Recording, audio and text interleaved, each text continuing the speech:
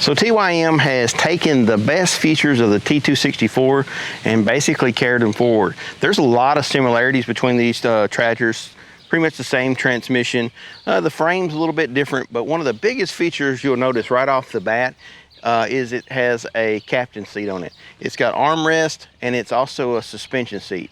That was probably my biggest gripe about the T264, is that the tractor was pretty much phenomenal across the board, but it kind of had an average seat. It wasn't bad, but it was kind of an average seat. I really like this seat, and the suspension really makes it a much more comfortable tractor. So let's talk about this seat a little bit. Again, it's a captain's chair, got the armrest.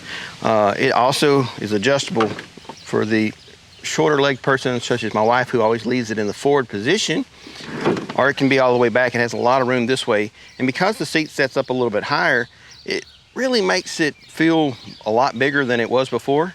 You just adjust it out for what I say, turn right for heavy boy, turn left for wife. We'll leave it at that. I don't want to elaborate anymore. So the TYM 264 did not have a toolbox. In the past, I've said that, I really didn't care one way or the other, but once you have a toolbox on a tractor and then you don't have a toolbox on a tractor, you kind of know what you're missing. So what I'll keep in here is my crescent wrench and my screwdrivers and things I need to adjust out my linkage. And I did miss that on the 264, and I'm glad they put it on this tractor. So next thing I want to tell you about is the lights. They moved the lights around a little bit. So they moved the lights up higher. They used to be here at this location, and they moved them up here at this location. And they added actual lights, and you can add reverse lights or rear lights if you want to also. But the fact that the warning lights are up higher is, it's a better safety feature. But the big deal is these lights right here. These lights are awesome. They have LEDs, and when you turn this on at night, it just makes the whole thing light up. Probably will end up going ahead and put in another light here aiming backwards. You can actually get speakers, Bluetooth speakers here. I don't know if I'll get that or not, but the lights going backwards, I'm sure I'm going to get some lights going backwards. These lights are pretty awesome. The 264, the handles were pretty tall. So when you got on and off of it, if you had like a pair of cargo pants that had a pocket, sometimes it would hang on these. Well, they have shortened these up and made them more ergonomic. Plus with your armrest here, you can just get to all of this really easy. They also moved the PTO button from the dash to here, and it's just a push and turn on. And then if you want to turn it off, you just tap it. It goes right off. They also have an integrated information center. Why is that so hard for me to say? But it's a digital information center on 264, and a lot of tractors on the market right now, they're not really taking advantage of the digital information center. This has got a small screen over the side. It's going to tell your oil pressure, temperatures. It tells you a lot of information, and it's not just a static dial. It has your what I call your dum-dum lights over here to the left that comes on, but it has an information center as well. So it's got all the features you could ever want.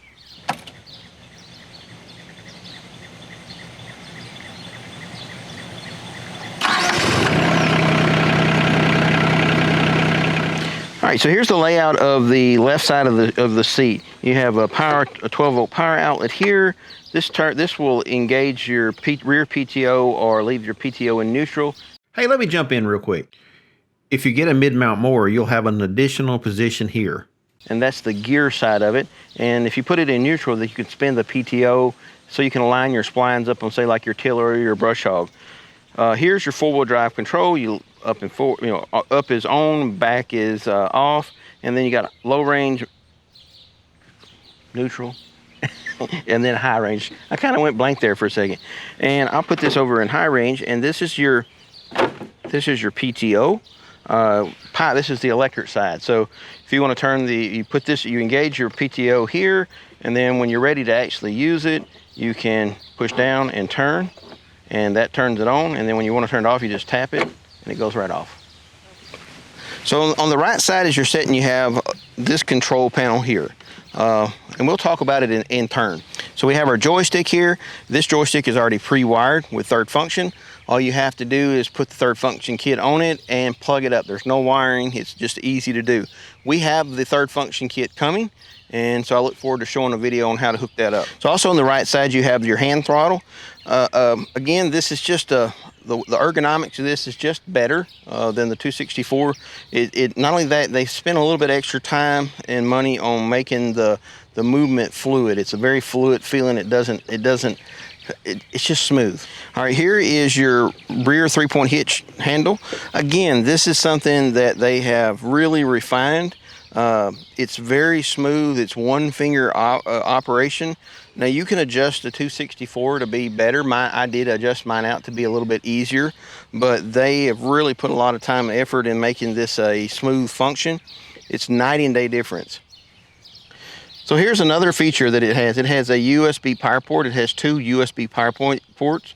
Each one of these are 2.5 amps. So if you need to charge your earbuds up, like something like this, or your phone doesn't have wireless charging, you can just plug a cord in here and stick it in this holder. But let's talk about this phone holder here. So this is a large phone holder I was telling you about, but it's not just a phone holder. It's a phone charger. So let me go ahead and turn the key on for you here. So when you turn the key on, this will turn green, and then when you plug or just slide your phone down in here, it'll turn red, I believe, and your phone will start charging. Let me break in again. For this feature to work, your phone has to have wireless charging. If you don't have wireless charging, you'll need to use your cord. Back to the regular scheduled program. So that's a really neat feature, especially if you're going to be like me and you got the earbuds that you're going to be using all day. You can charge the earbuds back here, but you also can leave your phone charging all day and Bluetooth music all day long if you're in the field doing something. The T25 has a proper brush guard, and to get it out of the way to raise the hood up, you just pull this one pin and fold forward.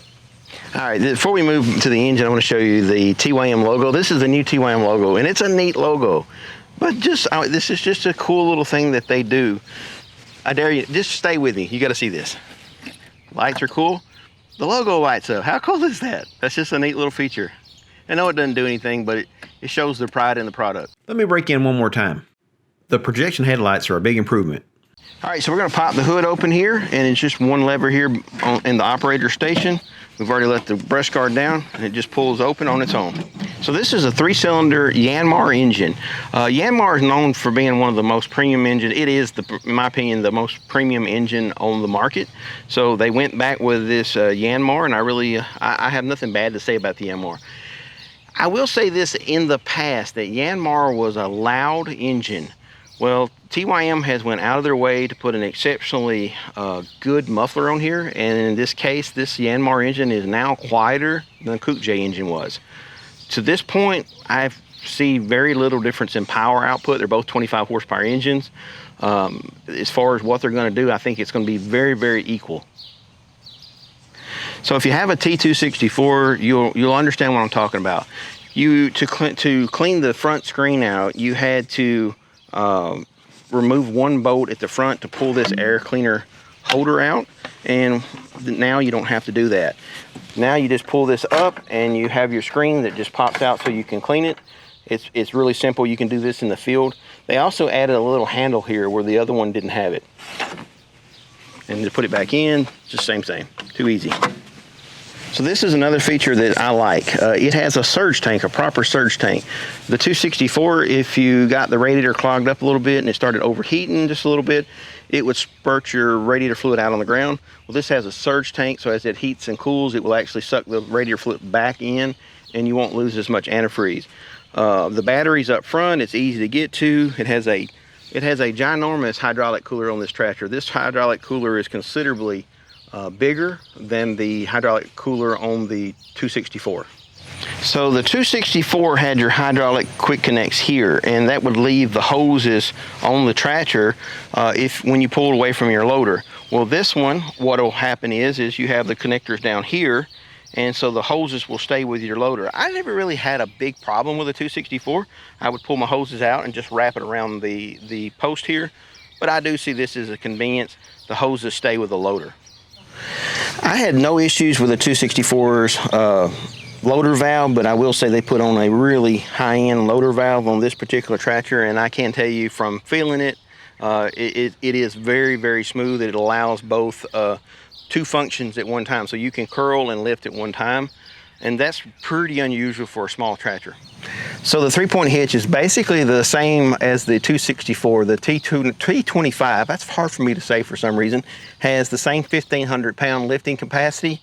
It's basically the same transmission and 3-point hitch. They've just refined it a little bit. You are able to lift it up and down a lot easier. It has, the handles are a lot smoother. So one thing that has changed is they have moved the axle further forward on this tractor. And the reason they've done that is this tractor will carry the 60-inch mower deck with the big tires. In the past, on the T264, if you wanted the 60-inch mower deck, you would have to downsize your tires so that it would be enough room. What they've done here is move the axle forward. Well, that has created an additional benefit. This tractor, because the wheelbase is longer, it just rides so much better. I was very impressed at the difference in the ride quality, not only because of the seat, but because the wheelbase is longer, it just feels so much better. So the T25 uses the skid steer quick attach just like the 264 did, but what they did increase the handle size. It's got a big rubber mount on it. It feels better, and the operation of it's so smoother. It could be because, you know, my 264 was dirty. Okay, so we're gonna wrap this up here. Don't click off yet. I gotta tell you a few more things. We are going to work this tractor, give you a proper review. And we also have the backhoe coming, the third function valve, and the rear remotes. And I'll show you how to put all those on. So stay tuned for that video.